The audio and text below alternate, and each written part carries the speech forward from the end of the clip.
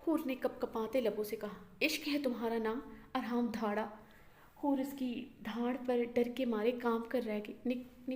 نک نیم ہے۔ حور کے بتانے پر ارحام اس کے قریب ہوا تو حور کی بدن کی کپ کپاہٹ میں مزید اضافہ ہوا تھا۔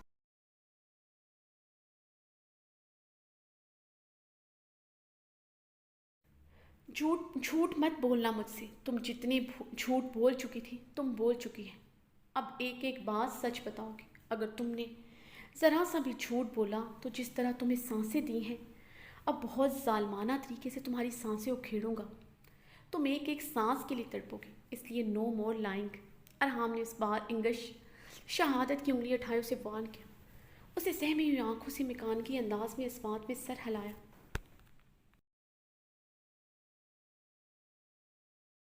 کہاں رہتی ہو تم؟ ارحام نے سپاٹ لہجے میں سوال کیا۔ حور خاموشی سے ارحام کو دیکھے جا رہی تھی۔ سچ وہ بتا نہیں سکتی تھی، جھوٹ مقابل کے خوف سے بولا نہیں جا رہا تھا۔ خاموش مت رہو، جواب دو۔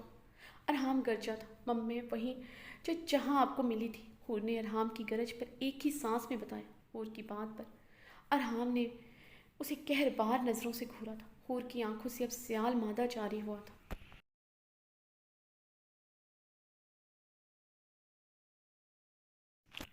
مم مجھے معاف کر دے، حور نے بیڈ کے کراؤن میں سماتے التجا کی۔ رخ پر آنسو ٹوٹ کر برس اٹھے تھے۔ تم نے مجھے بتایا تھا کہ تمہارے پیرنٹس بہت غریب تھے، اتنے مہنگے کالج کی پھر فیسیں کون بھر رہا تھا؟ ارحام کو اس کے رونے کی ذرا برابر پرواہ نہیں تھی۔ ارحام پہلے سے بھی زیادہ قوت سے چلایا تھا اور کالج آئی ڈی کارڈ اس کے منہ پر دے مارا۔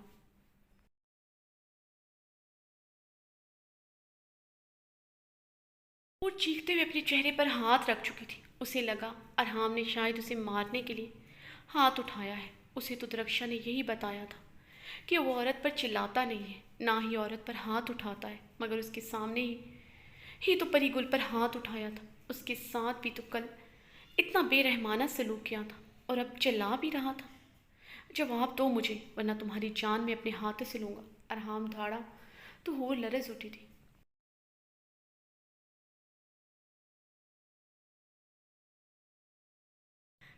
پاپا نے اب اپنا دوسرا گھر سیل کر کے مم میری فیسیں بھری تھی۔ حور بمشکل بولتے پھوٹ پھوٹ کر رو دی تھی۔ اسٹرینج، بہت مکاری سے جھوٹ بولتی ہوں۔ ارحام کے لبوں پر تنزیہ مسکراہٹ دوڑی۔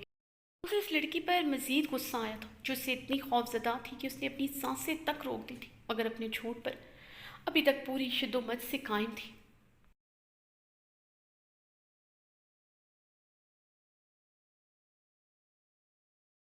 خانزادہ کے رگوں میں بھڑکتے خون میں الاؤ بھڑکا تھا۔ دماغ کی رگیں بھڑک کر اسے مزید اشتعال میں مبتلا کر چکی تھی۔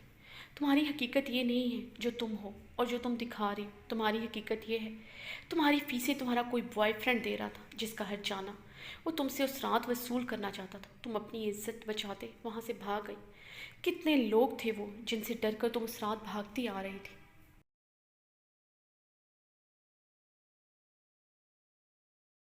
کی باتوں پر اس نے تڑپتے ہوئے اپنے کانوں پر ہاتھ رکھے تھے۔ مم میرا یقین کرے، مم میں ایسی لڑکی نہیں، مم میری زندگی میں کبھی کوئی نہیں آیا۔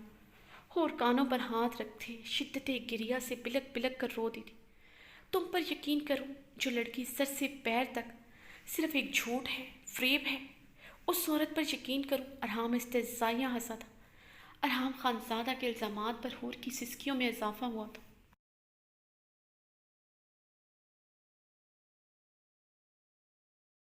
اسے احساس ہوا تھا جسمانی تشدد سے زیادہ ذہنی تشدد زیادہ تکلیف دیتا ہے۔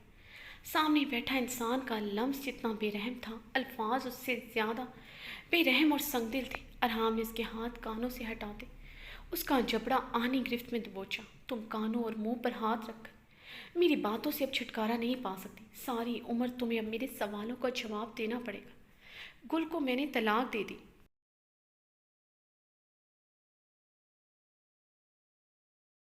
تمہیں کبھی نہیں چھوڑوں گا کیونکہ تم میری نفرت ہو۔ میں محبت تو ٹوٹ کر کرتا ہوں، مگر نفرت کرنے میں مجھ سے بڑھ کر بے رحم کوئی نہیں ہو سکتا۔ اب ارحام خانزادہ کا نفرت، اس کا دہکتا بے رحم لمس اب ہر رات تمہیں برداشت کرنا ہوگا۔ اس سے چھٹکارا نہیں۔ ارحام نے اس کا منہ ایک جھٹکے سے چھوڑا تو اب کی بار اس نے منہ پر ہاتھ بھی نہیں رکھا تھا۔ تمہیں آسرا دیا، تمہیں پناہ دی، تمہیں بحفاظت اپنے گھر تک لایا، تم نے کیا کیا؟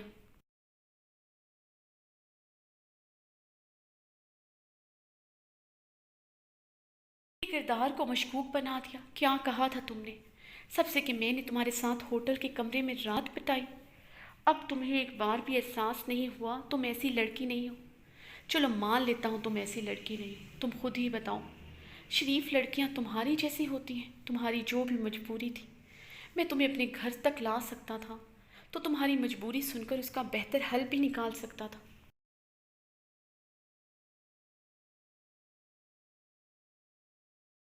اور اس رات تمہاری حفاظت کرنے کے لیے مجھے اپنی جان بھی دینی پڑتی تو میں دیتا۔ میرے لیے ایک عورت کی عزت سے بڑھ کر کچھ نہیں، مگر تم نے آج مجھے میری فطرت کے خلاف بنا دیا، مجھے وہ بننے پر مجبور کر دیا جو میں ہوں نہیں۔ میری بیٹی مجھ سے جدا کر دی، کیا کروں بتاؤ مجھے؟ اسے اس کی ماں سے چھین لاؤں اور تم جیسی عورت کے سپرد کر دوں جو سر سے لے کر پاؤں تک صرف فریب ہے؟ ارحم پوری قوت سے چلایا تھا۔ اور اب منہ پر دونوں ہاتھ رکھ کر پھر سے سسک پڑی تھی۔ نفرت کرتا ہوں تم سے، بے حد نفرت۔ مجھے تمہاری وجود، تمہاری حقیقت سے، مجھے تمہارے بارے میں تم سے بے حد نفرت ہے۔ مجھے تمہارے بارے میں اب کچھ نہیں جاننا، نفرت ہے مجھے تم جیسی بے رحم عورت سے۔ ارحم غصے سے پھنکارتا وہاں سے چلا گیا تھا۔ وہ روندے منہ لیٹی پھوٹ پھوٹ کر روتی تھی۔